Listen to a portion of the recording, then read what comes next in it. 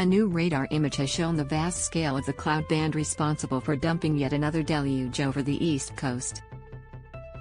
The image shared by Weatherzone shows the weather system stretching from the Southern Ocean all the way up to Townsville in Far North Queensland, and inland past Mount Isa.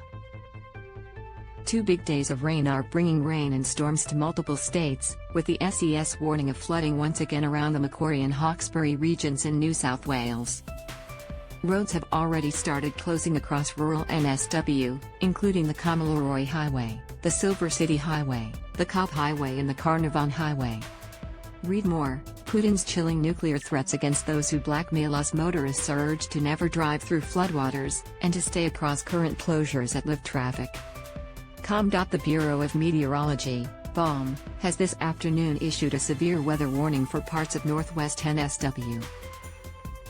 Weatherzone said the flooding risk is exacerbated by the fact catchments are already saturated. Read more. Google reveals what Aussies are searching on 20th anniversary. Murray-Darling Basin and rivers east of the Great Dividing Range in NSW, Victoria and Queensland can expect flooding, it wrote. Numerous flood warnings are in place, especially for rivers in western and central NSW. Residents in NSW can stay across flood warnings here. Read more. Police widen search for Moore's murders victims. Remains rain record set to tumble. Sydney could break its all-time rain record this week as multiple states brace for floods and storms. Greystanes in Sydney's west has seen 23 millimeters of rain in just 2 hours. Read more. Weapon of a brown snake found in Aussie backyard. Weatherzone reported that the city could this week set a new record for its wettest year ever. In 164 years of records, 2022 is already Sydney's second wettest year ever, with 2,112 millimeters recorded as of yesterday. That's just 82 millimeters short of the record of 2,194 millimeters, recorded in 1950. And, Weatherzone said, at this point in 1950, Sydney had received just 1960. 5 millimeters of rain. With falls of between 70 millimeters to 110 millimeters expected between now and Monday morning, it's likely a new record will be set in coming days. A hazardous surf warning remains in place along much of the east coast, including Sydney. Overnight, Adelaide was smashed by storms, with trees brought down across the city.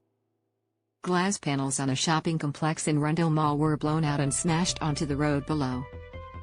The SES worked through the night to clean up the damage, responding to 400 calls for assistance. Kingscote, the largest town on Kangaroo Island, saw 36.6 millimeters of rain, which is its heaviest daily October rain in 22 years, and Lameroo in the Murraylands had 31 millimeters, its highest daily fall in any month for almost 3 years. Read more. Russian losses evident in key liberated Ukrainian city. The severe weather warning for the city has now been cancelled, but the Bureau of Meteorology has forecast more on the way. The main areas forecast to be affected by heavy rain today are western and southwest Queensland, western and central NSW and northern and northeastern Victoria.